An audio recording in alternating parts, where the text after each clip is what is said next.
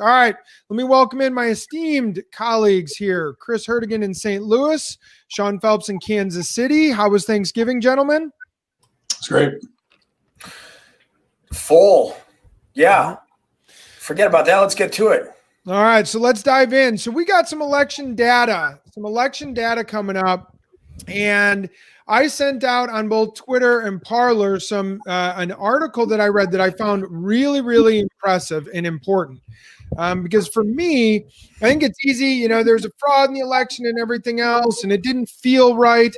Well, feelings mean very little to me. I want to know, and I want the data, and it's starting to come in.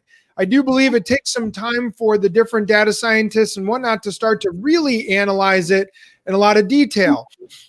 Now, I sent this out a few days ago. On top of that, we'll talk a little bit about Rand Paul and his.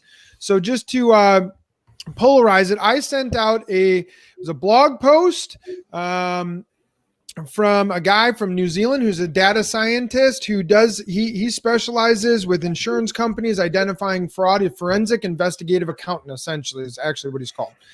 And he went through the 15 different data analysis and data points that are very, very anomalous and striking. Yeah, that's a word, I think. Okay, that's you read the face correctly then. And I'm going to go through those, but I think really more important than even them is our reaction to something like this.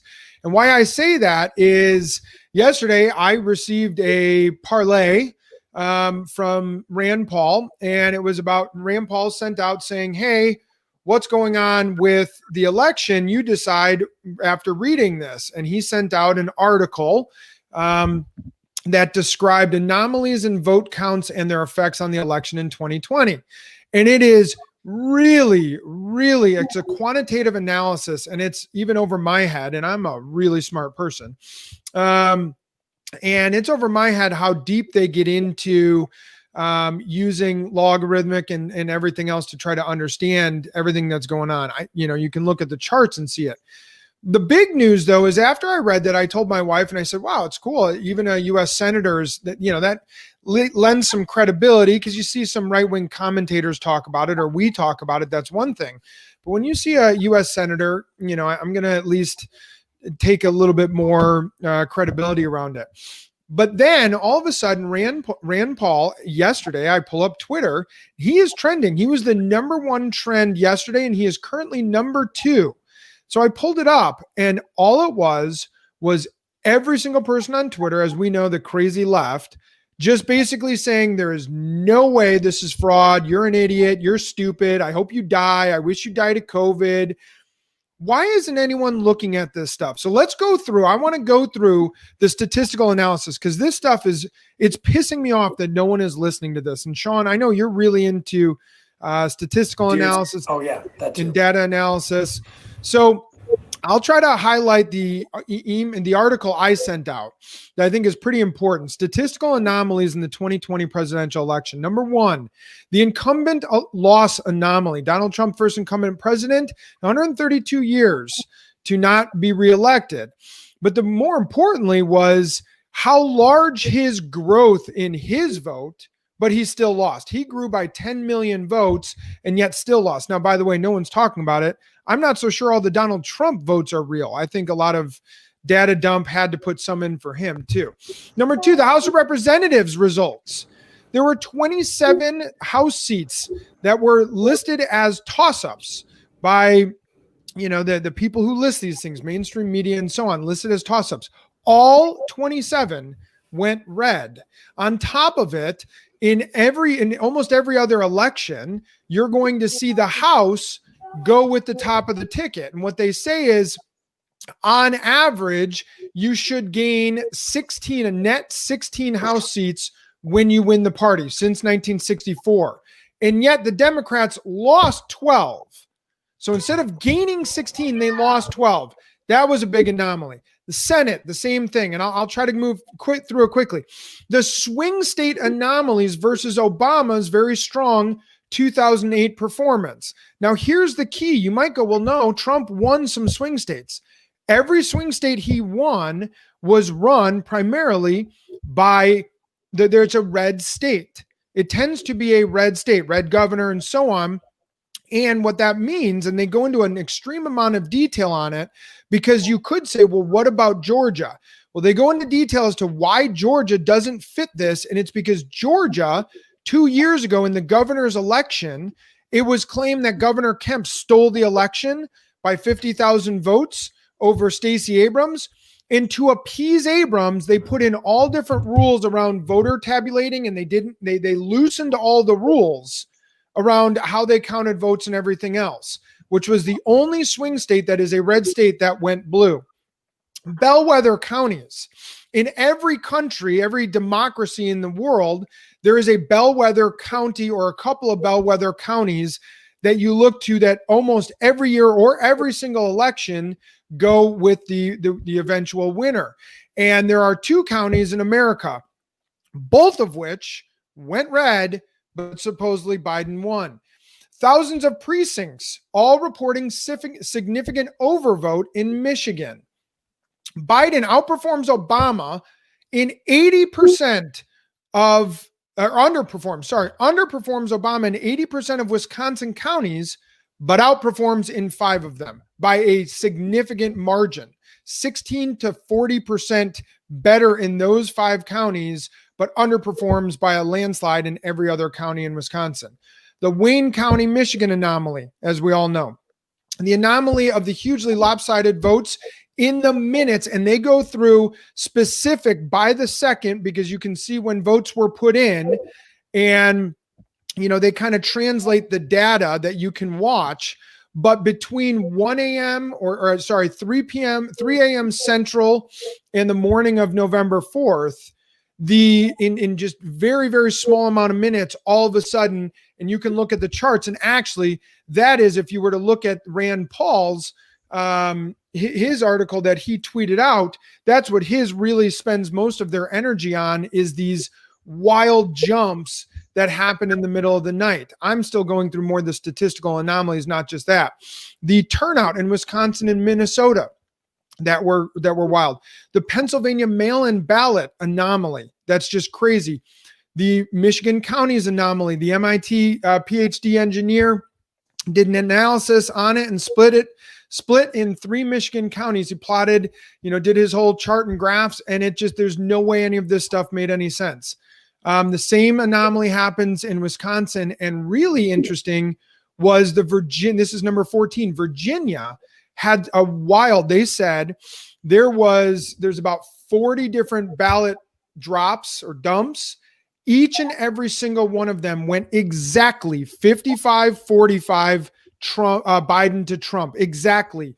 And one statistical expert said it was like Biden winning a coin toss 100 times in a row.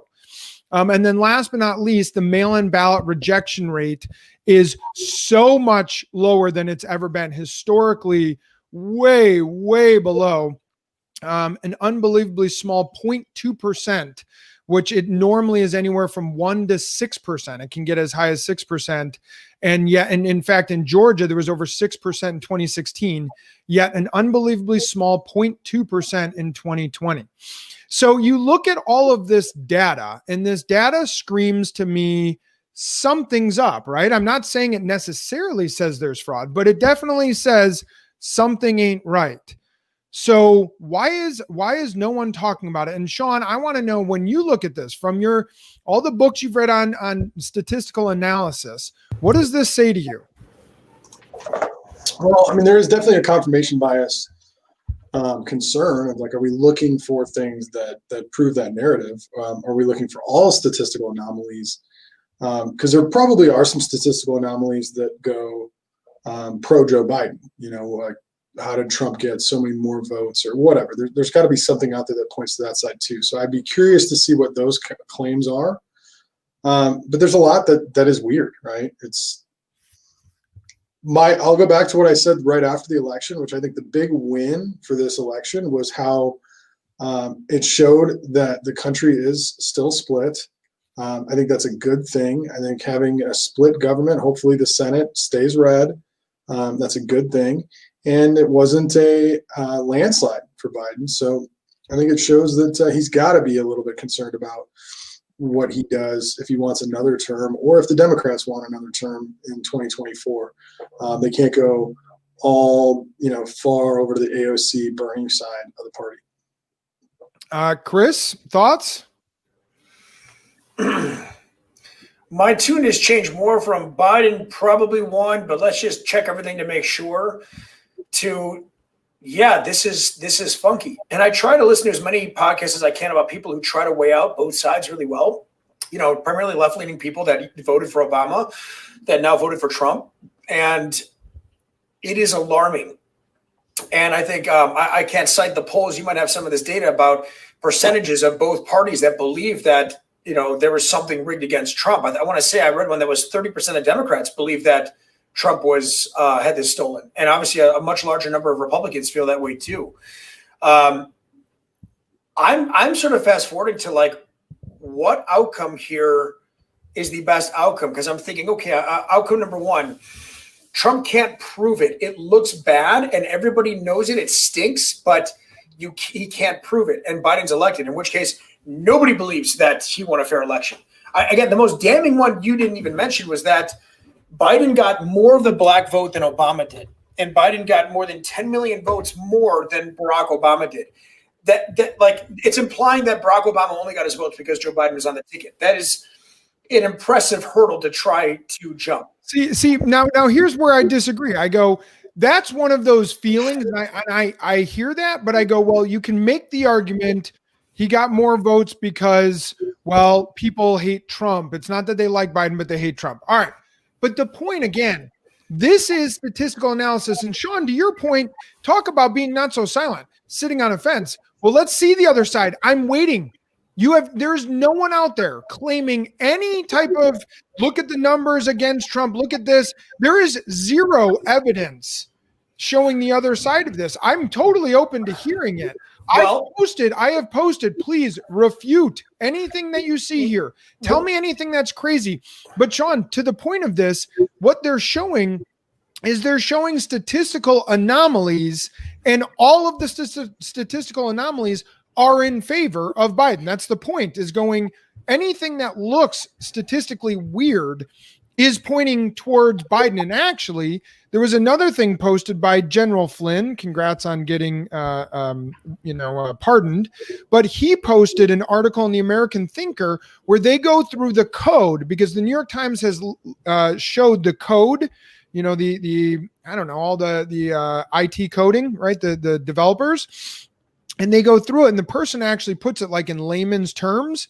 And according to what he posted, there was actually a period of time where they were going through Virginia at midnight or just after midnight where the votes went backwards. They went backwards. And the only way that it would ever go backwards was they needed to clean up the mess that they had made and I remember on the night of the election, all of a sudden I was reading the Election Wizard, and he's this, pretty statistical guy. He was claiming all these different things. When Virginia was called by the news outlets, he claimed and said, hey, I'm hearing that was early. I believe it's actually going to go Trump. I heard it's still in play. And then all of a sudden Virginia was a very, very strange how the votes were being tabulated. Well, you haven't even talked about the affidavits. Are people saying, I was there as an observer when they told everybody to go home, we're going to stop counting. And as soon as everybody left, they started counting again. You got hundreds of these.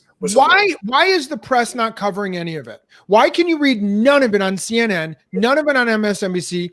Even Fox is covering up some of it, not the major anchors on Fox, but Fox in general is starting to cover up some of it. And all of the left-wing media, which is the majority of our media, keep coming out with there was no evidence of fraud. There's nothing.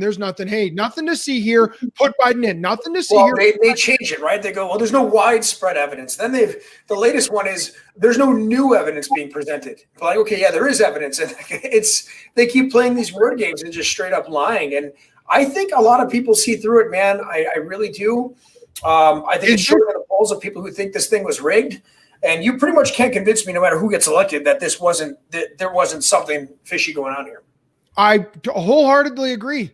And I would like to think that everyone would go, let's look at this and let's make sure it was done right, instead of just trying to find anything to say, let's stop talking about it. And the Dems are trying to block everything in court. If everything's on the up and up, you should be going, fine, do your due diligence, like go through the process and let's see what happens, right? But no, they're trying to fight tooth and nail. Yep. Oh, the recount, he got 100 more votes. The recount does nothing but make sure that the count was right. It doesn't check that anything was done accurately. It just makes sure that they didn't miscount.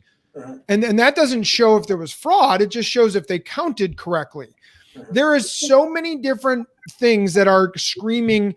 Here's how I look at it. I look at it like a murder, right? So if you were to say murder and you're a crime scene investigator or whatever, we know motive. There's clear motive. And we can see what happened. We're just trying to find the murder weapon. Right? We're searching for the murder weapon, like O.J. Simpson. We never found the murder weapon. But I think we see a lot of proof that something weird happened here. And there was definitely, potentially, a crime occurred. We're just trying to figure out exactly how it got done.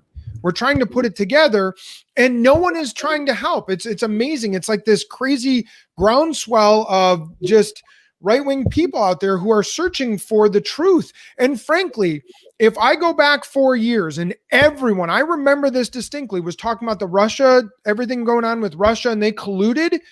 I remember my friends, the right-wing people, going, if foreign people are messing with our election, we need to get to the bottom of this. The worst part about this, it's not foreign anymore. It's domestic. Big tech is trying to censor everything. Rand Paul tweets that out. It has a little message. Oh, there's no election fraud. There's no election fraud. And you see it on Twitter. You see it on Facebook. Then the media comes out. There's no evidence of fraud. Move on. He's president. Move on. Let him go. Move on. I found that pretty interesting. How about the fact that Kamala Harris has not resigned from her Senate seat? Obama did in 2008 on November 16th. Well, we're almost in December and she hasn't. I wonder if she knows there's a chance.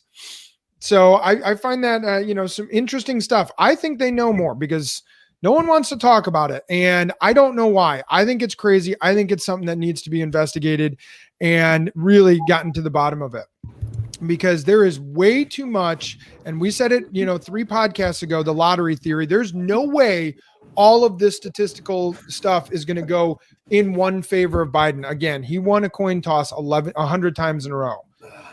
Chris, you're laughing. Yeah, because you just made me think about it. And Biden, he almost broke a hip petting his dog. He had to go to an orthopedic surgeon to get it, checked out. He's petting his dog, and he hurt himself. He's got to get checked out. How about the fact, very classy, Donald Trump tweeted out, "Get well soon." I thought that was classy. It was classy, yeah. So, all right. So, he was classy to King Jong-un too.